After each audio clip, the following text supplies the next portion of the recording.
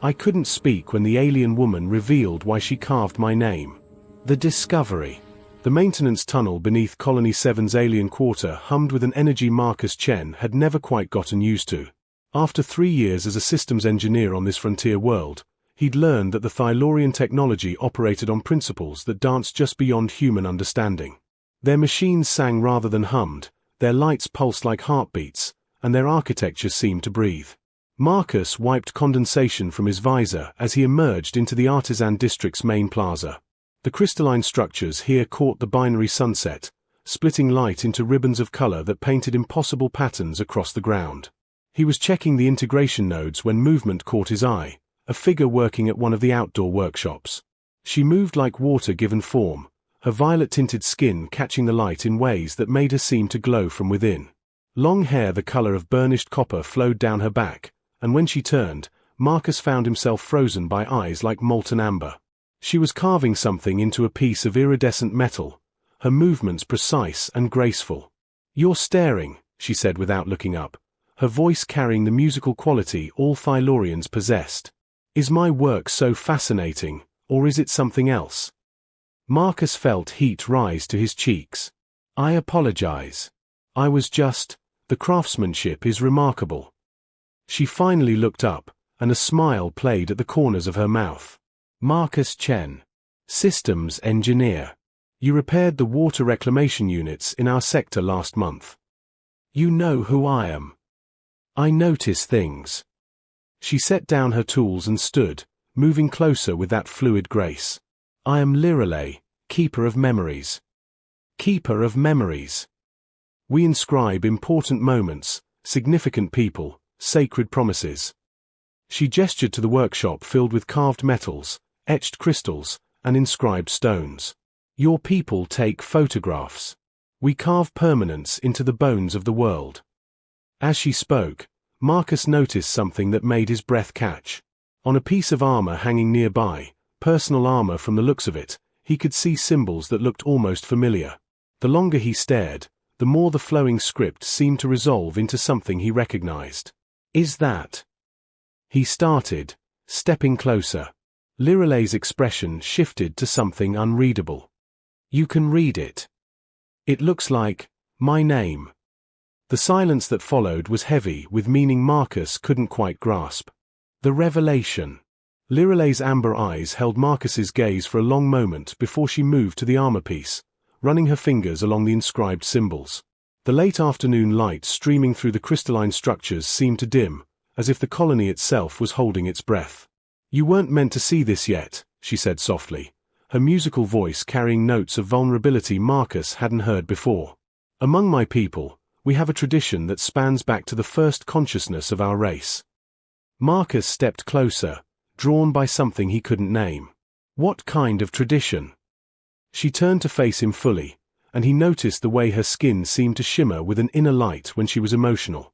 When a Thylorian finds someone who resonates with their essence, someone whose presence creates harmony in their life song, we inscribe their name into something we carry close. Life song.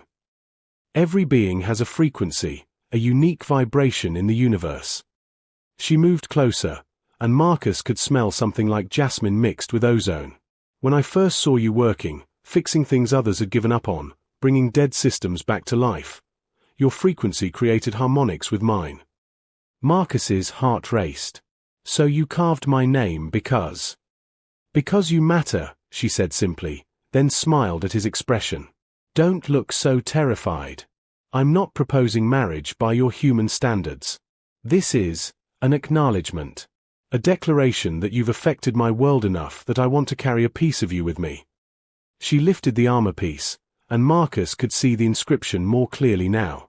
His name was woven into a complex pattern of symbols that seemed to tell a story. Images of stars, flowing water, and intertwining paths. "Each element has meaning," Lirelei explained, tracing the patterns. "The binary stars represent our two worlds. The flowing water is change, adaptation.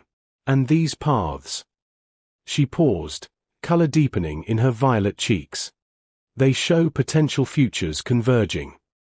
Marcus found himself reaching out, his fingers hovering just above the inscription. "How long have you been working on this?" Since the day you repaired our atmospheric processors without being asked. You stayed 3 hours past your shift because you knew our young ones were having trouble breathing in the nursery sector. You saw that. I see everything that matters. She set the armor down and turned to face him fully. In my culture, this inscription is both a gift and a question. I'm not asking for anything except, would you like to know me? Really know me? Share meals, stories, perhaps explore the crystal caves when the moons align. Marcus felt something shift in his chest, a warmth spreading through him. Like a date. Lirelei laughed, the sound like silver bells. If that's what you call it. Though we prefer harmony-seeking. The Dance of Worlds.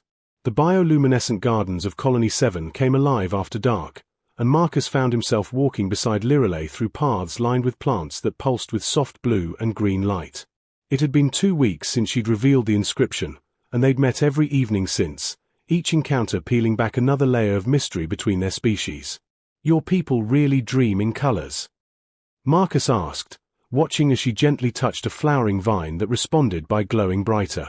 Not just colors, entire spectrums of light your eyes can't perceive, she replied, leading him to a secluded grove where the canopy formed a natural dome overhead. But lately, my dreams have been different. Simpler. Warmer. More human. The way she said it made Marcus's pulse quicken. They'd been careful, respectful of the boundaries between their species, but every meeting had drawn them closer. He'd learned that Thylaurians expressed affection through harmonics, subtle vibrations in their touch, and that Lirelei's skin grew warmer and more luminous when she was happy. Sit with me, she said, settling onto a moss-covered stone bench that seemed designed for two. The bioluminescent plants responded to their presence, creating a gentle aurora of light around them. Marcus sat close enough that their shoulders touched, and he felt that subtle vibration she'd explained was her people's way of sharing emotion. It felt like contentment mixed with anticipation. I want to show you something, Lirelei said, producing a small crystal from a pouch at her side. This is how we share memories. Would you trust me enough to try? What do I do? Hold it with me. Close your eyes. Let your mind be quiet. Their hands met around the crystal, her fingers interlacing with his. The moment their skin touched fully, Marcus gasped. Through the crystal, he could feel her emotions, not just feel them, but experience them as she did. Wonder at his kindness. Attraction to his determination. Affection growing into something deeper. But more than that, he saw himself through her eyes, not just his physical form, but the energy he carried, the way his presence created ripples of calm in her world. This is incredible, he whispered, opening his eyes to find her face inches from his. This is just the beginning, she replied, her amber eyes reflecting the garden's glow. Your people show affection differently. Will you teach me? Marcus's hand rose to cup her cheek, feeling the warmth of her violet skin, the subtle thrum of her life force. We start like this, he said softly, leaning closer. May I? She nodded, and their lips met in a kiss that bridged two worlds. Marcus felt the harmonics of her being resonate through the contact, while she gasped at the purely physical intimacy humans craved. When they parted, her skin was glowing brighter than he'd ever seen it. I understand now, she whispered, why humans call it falling. It feels like gravity has shifted. Marcus pulled her closer, and they stayed there in the glowing garden, teaching each other the languages of love their species had developed among the stars. The test of trust. The emergency klaxon shattered the pre-dawn quiet of Colony 7. Marcus jolted awake in his quarters, immediately recognizing the pattern, atmospheric breach in the alien sector. His blood ran cold. Lirelei's workshop was in that section. He threw on his emergency gear and ran through the corridors, finding chaos. A meteor fragment had punctured the dome covering the Thylaurian quarter, and the atmospheric processes were failing in cascade. The air was already growing thin, and the Thylaurians, who needed a slightly different atmospheric mixture than humans, were beginning to suffer. Marcus. Commander Torres grabbed his arm. We need you on the human sector's backup systems. The Thylaurian processors are failing. They'll suffocate before we can evacuate them all, Marcus interrupted, already pulling away. I know their systems.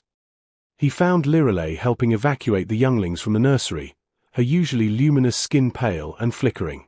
When she saw him, relief flooded her features, but she shook her head when he approached. The inscription chamber, she gasped, the thin air making it hard for her to speak. The memory stones of our entire colony, thousands of years of history. If the temperature drops any further, they'll fracture and be lost forever. We need to get you out first. No. She gripped his hands, and through her touch, he felt her desperation. Those stones are our ancestors, our culture, everything we are. Please, Marcus. You're the only one who understands both systems well enough. Marcus faced an impossible choice.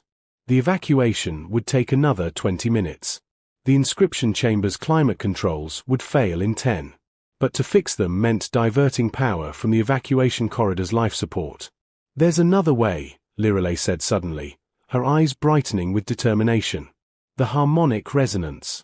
If I can synchronize with the processors, I can hold them stable manually. But... She hesitated.